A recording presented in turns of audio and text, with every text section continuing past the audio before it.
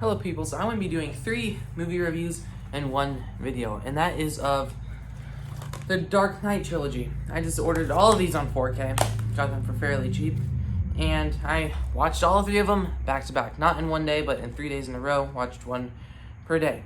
And my stances still kind of stayed the same, but I just kind of wanted to make a video about it because I haven't posted a video in about 2 weeks, and I need content because I can't just wait for that Snyder Cut trailer on Saturday, I believe. But yeah, if I had to judge this trilogy as the Batman Begins being the first act, the Dark Knight being the second act, and so on, I'd say it had a decent second act. Decent first act and a phenomenal execution. Batman Begins is not my favorite. I give it. I'll just say now, I give it a 7 out of 10. I have a lot of problems with it. I still like it. I think it's really good, but my problems are the villains, Scarecrow and Liam Nielsen as Ra's al Ghul just weren't compelling enough villains for me compared to Dark Knight and Dark Knight Rises. So that's why the Scarecrow isn't on the front. It's just Batman. I know it's Batman's movie. I know it's his introduction, but I felt like they could have done a little bit better of a job in the villain department. But besides that, I thought the writing was really good. The musical score was once again really good. Of course, this doesn't have a huge budget compared to 2 and 3 because, of course, it was the one that started the hype around these Batman movies, and so couldn't have the highest budget in the world. But, of course, when you compare some shots, and some of them were obviously rendered in a computer compared to what, like, the IMAX shots that we get in Dark Knight and Dark Knight Rises. But once again, it is a really good movie.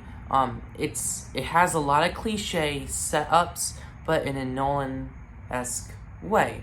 So there's, especially during the first half of the movie, there's a lot of things we've seen before, even though this movie did come out in 2005, so it was one of the first movies to do some of these cliches. But some of them, I'm just kind of tired of seeing, like, little thing. I'm just gonna use one example, but like little things like seeing their suit evolve, having a crappy, laughable suit at first, and then we build up to get a new one. Training montages. It's just. And I don't really even know if that's a complaint. It's kind of necessary, but sometimes it gets a little cliche in a way.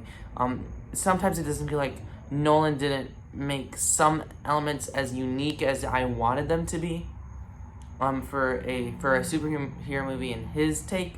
But like I said, it's just minor nitpicks when it comes to when it comes to everything else. But like I said, the script for this is really good. My only really big problems is, well, it's not really a problem, it's just when you compare them to these two, it's just nothing compared to the Dark Knighters.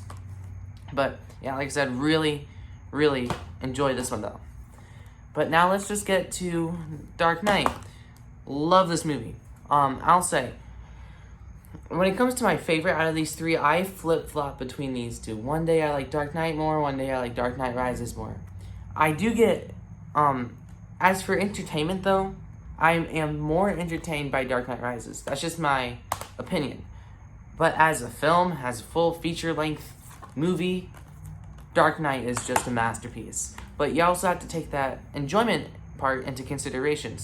But yes, Dark Knight, even though every single scene is done to its best possible way, I might not enjoy some equally good scenes that are in this movie. I don't know how to explain it. It's just I enjoy it more in this movie than in this movie, like the exposition scenes and stuff like that. Because some exposition scenes in Dark Knight are a little brushed over, and that's one of my big problems with Nolan. He goes over, like in Inception, when we're in the beginning, where he's explaining important plot points in a heavy accent. It's little stuff like that. It's very realistic, but sometimes Nolan forgets that he's making a movie and you have to make the audience you have to really clarify it with the audience, because I remember the first time I watched Inception, and I was like, what do you say? And Dark Knight does it sometimes here, where they talk a little too fast. I know he's going for a very natural, realistic feel, and I get it's part of the vision or whatever. Sometimes it just doesn't work, but honestly, I'm seriously nitpicking at this point. This movie is a masterpiece. Heath Ledger as the Joker is fantastic. I love Christian Bale. He's my favorite Batman, without a doubt. The Joker's plan and everything about Joker, the writing, performance, is fantastic. Dropped it. But overall, I give probably The Dark Knight a 9.6 out of 10. Now, when we get to Dark Knight Rises, Bane as the villain, I love Bane. Heath Ledger gave the better performance, but I enjoyed seeing Bane on screen more. Even though Heath Ledger had the better performance, I know, hot takes. But the conclusion, the way Nolan concludes this trilogy is so satisfying to watch at the end. The scale is brought up to a different level, and I know some people don't like that, how it had to be the big grand finale, because Dark Knight ends very simply, but The Dark Knight Rises has a bunch of stuff going down very much, raising the stakes for the third one. But I just really enjoy it. I don't care. The whole theme about Batman rising, literally rising, becoming Batman again, going into the cell well or whatever, and heck, my favorite part of the movie is when Batman, where he falls when he's trying to climb out of the jail, and he falls, and then we get a flashback to the first one, and you see his dad's hand, Thomas Wayne, grab Bruce's hand and says, Bruce, why do we fall? Chills every time. It just shows how he has to become Batman again. The ending is perfect. I just love The Dark Knight Rises, and I'd probably give Dark Knight Rises, just because I enjoy it more than Dark Knight, and 9.7.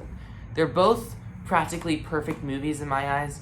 I really think these are both practically perfect. I just get a little tad bit more enjoyment out of this, but like I said, when it comes to the better film, I flip-flop. But like I said, I don't want to seem like I don't like The Dark Knight. I don't want to seem like I don't like Batman Begins. I still like the movie. It's just nothing compared to these two, in my opinion. And I know some people have the ranking of 2, 1, 3, but I'd say my ranking is tied between these two and 1, because I honestly cannot rank these. I cannot say which one I like better between 2 and 3. But yeah, like I said, my scores are 7, 9.6, 9.7, and probably this trilogy as a whole, I would probably give a 9.5. But yeah, fantastic trilogy, done really well. And yeah, I just need to get some content on my channel, because I am desperate for content. This is like probably the first time since COVID where I've been dry of nothing on my channel, where it's just nothing going on in movie news at the moment. But yeah, I'm excited for that Snyder Cut teaser.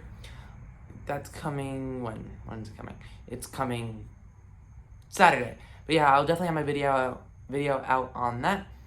I don't know, I bet you it's gonna get a bunch of dislikes, because I don't know, whenever I talk about Justice League or Snyder Cut, I get dislikes. I don't know what I say. I kind of agree with the general audience. I do have a little bit of a hot take on it, but overall I'd say I agree with Snyder Cut's most likely gonna be good. But I don't know what I'm doing or what people don't like it. But anyways, that's it. Like I said, very fantastic trilogy. Watching them all again. They all looked great in 4K, by the way. And yeah, anyways, like, share, subscribe, and stuff like that, and adios.